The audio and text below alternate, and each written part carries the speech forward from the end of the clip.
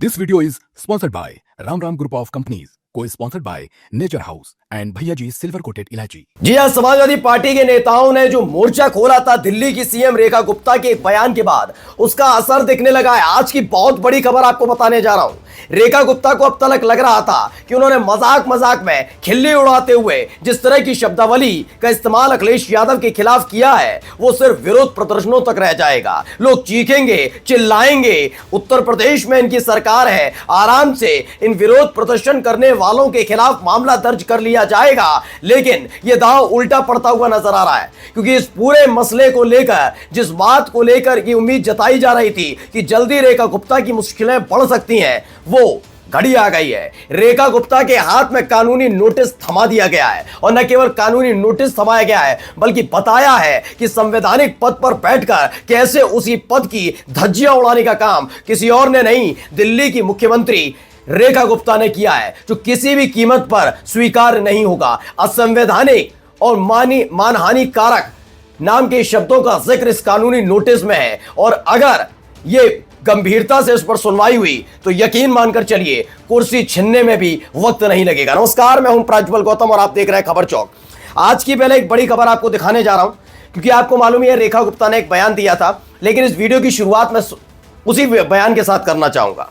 इस बयान का थोड़ा मैं विश्लेषण भी करूंगा, लेकिन उससे पहले मैं आपको यह भी दिखाऊंगा कि रेखा गुप्ता की मुश्किलें कैसे बढ़ी हैं। पहले वो बयान सुनिए। अखिलेश यादव आए थे दिल्ली में प्रचार करने। टूटी चोर। मैंने कल भी कहा था और आज भी कह रहा हूं, इससे किसी को गुरेज नहीं होना चाहिए कि कोई नेता अपनी पार्टी के सर्वोच्च नेताओं के बारे में, चाहे उन नेताओं पर कैसे ही गंभीर आरोप लगे हों, उन नेताओं की कार्यशैली कैसी हो, वो हिंदू मुसलमान करते हों, लेकिन उस पार्टी के नेता अगर अपने नेता को आदर्श मानता तो उस पर किसी को आपत्ति नहीं होनी चाहिए। रेखा गुप्ता ने नरेंद्र मोदी, अमित शाह, मोहन भागवत के लिए जो कहा, उस पर किसी को आपत्ति नहीं होनी चाहिए, क्योंकि लोकतांत्रिक देश है। हो सकता है वो उन्हें पसंद हो, मुझे नहीं पसंद हो, उनकी कार्यनीतियां उन्हें पसंद हो, समझ में आती हो, हमें नहीं समझ में आती हो, किसी की समझ में, किसी में नहीं आती हो। कई चीजें ऐसी हैं जो अखिलेश यादव की हमें भी पसंद नहीं होंगी। होता है, क्योंकि इंसान है ना, भगवान तो है नहीं। तो अपनी अपनी पार्टी के नेताओं की तारीफ करना गलत बात नहीं है, लेकिन दूसरी पार्टी के नेताओं के खिलाफ गंदी और ऊंची टिप्पणी करना, यह कतई बर्दाश्त नहीं किया जाएगा, कतई बर्दाश्त नहीं किया जाना भी चाहिए।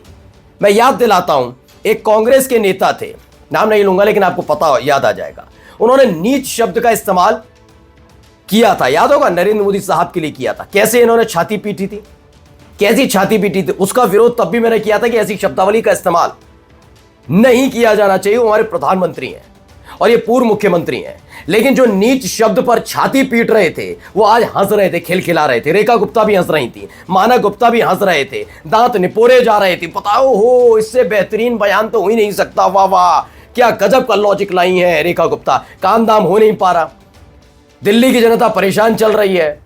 अब दिल्ली की जनता भी समझ गई कि किसको चुन लिया। खैर, हम उस पर बाद में आएंगे कभी और, लेकिन रेखा गुप्ता की मुश्किलें कैसे बढ़ी हैं, जरा इस खबर को देख लीजिए।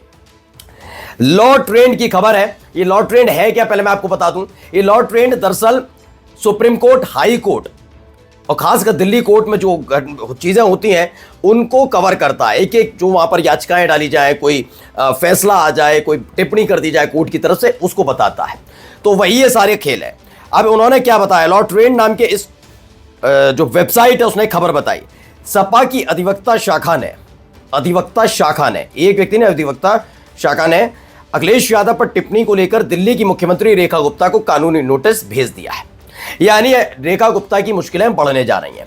मैं बार बार कहता हूं, और ये यकीन मानकर चलिए, अगर आप पूर्व विधायक हैं, पूर्व सांसद हैं, जैसे पूर्व विधायक इनके कर नहीं रहे हरकतें पश्चिमी उत्तर प्रदेश में। विक्रम सैनी क्या कहते हैं, राज्यसभा सांसद किसके लिए, रामजीलाल सुमन के लिए, कि हट्टे कट्टे लड़के जाओ, आंदोलन मत करो, ठोक दो उन्हें, पीटो, खाल में भुस भर दो। विक्रम सैनी, मतलब सोचिए कैसी लंपटों जैसी भाषा का इस्तेमाल एक पूर्व माननीय कर रहे हैं विक्रम सैनी। अब आपको माननीय कह पाएंगे उन्हें।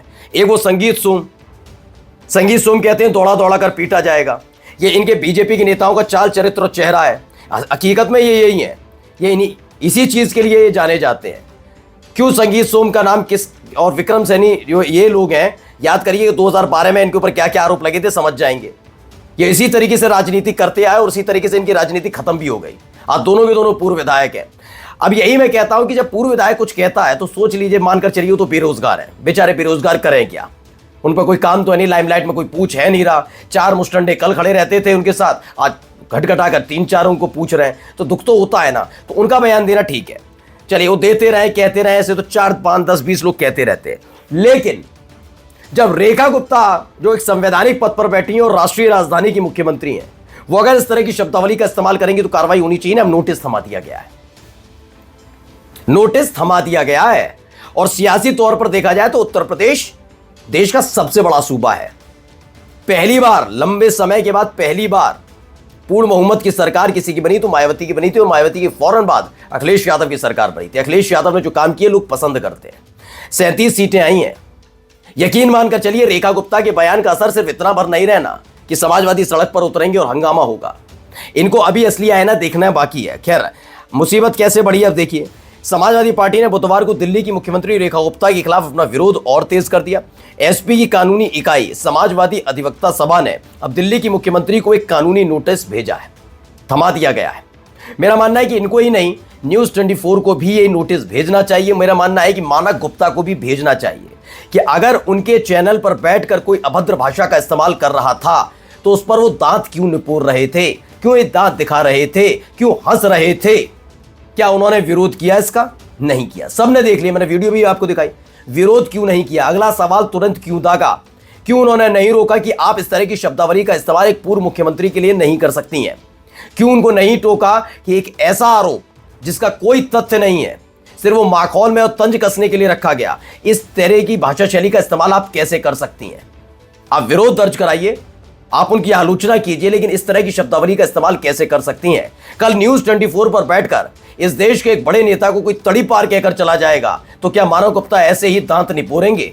नहीं, तब इनका कलेजा, इनका गुर्दा बाहर निकल कर आ जाएगा। इसे टोकेंगे, रोकेंगे, जैसे तमाम गोदी चैनल के एंकर्स करते हैं। लेकिन अखिलेश यादव के नाम पर ये हंस रहे थे, तो इनके खिलाफ भी एक कानूनी नोटिस जाना चाहिए। फिलहाल मुसीबत कैसे बढ़ी है रेखा गुप्ता की, जरा मैं दिखाता हूं, जिसमें उनके द्वारा एसपी के राष्ट्रीय अध्यक्ष अखिलेश यादव के खिलाफ दिए गए बयान को मान हानिकारक और असंवैधानिक बताया गया है। मैंने जैसा कि आपको बताया कि अगर विक्रम सैनी ने जो बयान दिया, पूर्व विधायक, और इसके अलावा आपने देख ही लिया कि कैसे संगीत सोम ने दिया, पूर्व विधायक, इन्होंने दिया, तो इनका समझा जा सकता है दर्द है इनका। समाजवादी पार्टी की वजह से बेचारों की दोनों का हालत खराब हो गई। लेकिन सवाल ये उठता है कि इन दोनों ने किया तो भी इनके खिलाफ कार्रवाई होनी चाहिए कि आपने कैसे कहा। लेकिन आप तो एक संवैधानिक पद पर बैठी हुई हैं और उसी दर्जे पर बैठी हुई हैं जहां पर कभी अखिलेश यादव बैठा करते थे। अखिलेश यादव के लिए आपने इस तरह की शब्दावली का इस्तेमाल कैसे किया, इस पर तो असंवैधानिक होना चाहिए। एक संवैधानिक पद पर बैठ के, मैंने कल भी बताया तो आज भी कहता हूं दोस्तों, जब इनके आका ही महिलाओं का अपमान करते हो, कांग्रेस की विधवा, 50 करोड़ की गर्लफ्रेंड जैसे शब्द का इस्तेमाल करते हो, तो इनके अपनी पार्टी के नेता कितने शरीफ और शब्दों की सीमाओं का आदर सम्मान करते होंगे, समझ सकते हैं। फिलहाल मुसीबत बढ़ गई है। नमस्कार। New Public Inter College Lucknow. Admission open. For more information, call 0522 282232 or 7755 089585.